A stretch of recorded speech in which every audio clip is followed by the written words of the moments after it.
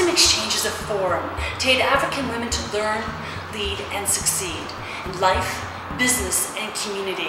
New interviews and expert perspective blogs will be updated regularly, so make sure you subscribe so you don't miss an interview with the leaders of today for tomorrow. We are in Ethiopia, Addis Ababa, with our very special guest and leading lady, Meaza Ashenafi.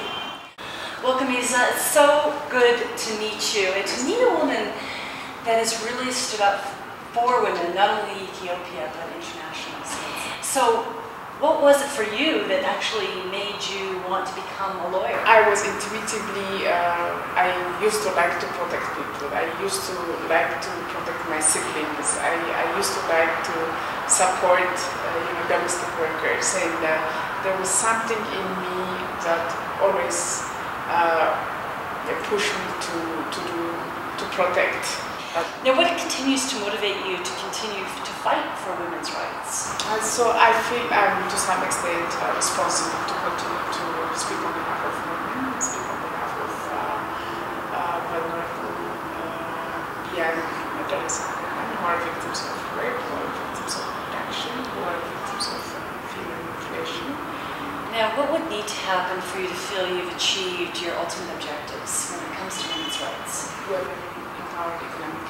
I want to see more women in decision making, both in public and private sector. Women to speak up against abuse, against violation of their rights.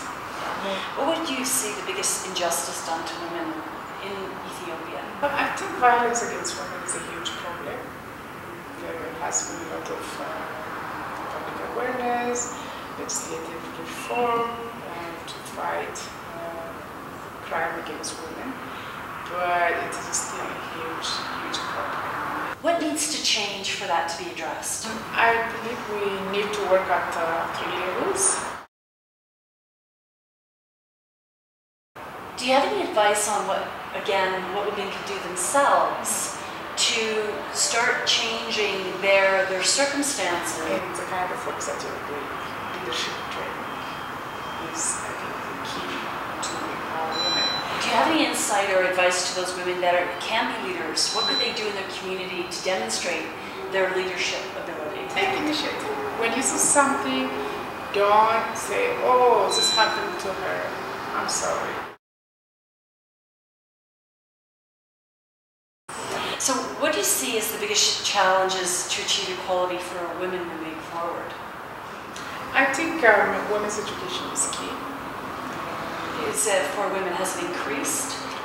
Yeah, definitely, especially at the primary level. Right. The secondary level is also improving. When I was at the law school, I was the only one for my class. And, why did you decide to get involved with creating a bank? And if you could also tell us, what was sort of the biggest challenge in doing that, and how did you overcome it? The establishment of this bank, ENAT Bank, came up as a casual conversation with one of the women entrepreneurs. The bank for all, it's a universal banking, but 64% of the equity is owned by women, and we want to focus on women entrepreneurs as much as we could. So I'm a woman entrepreneur, I want to start and I need financing. Yeah. What do I do?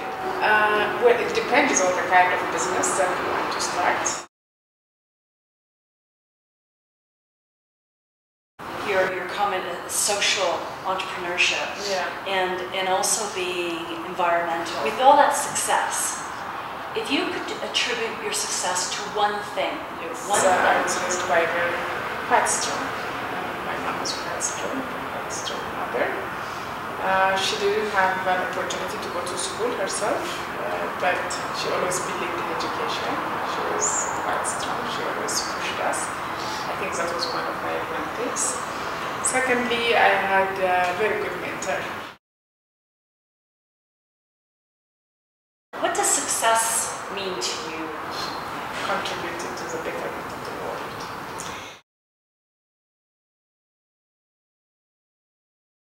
My name is Suzanne F Stevens, and I co-produce Wisdom Exchange TV with my husband, Michael K. Ginrick. We're traveling all over Africa, interviewing women who are trailblazers, pioneers, leaders of many. If you know of a woman that we should interview, please email us at info@wisdomexchangetv.com.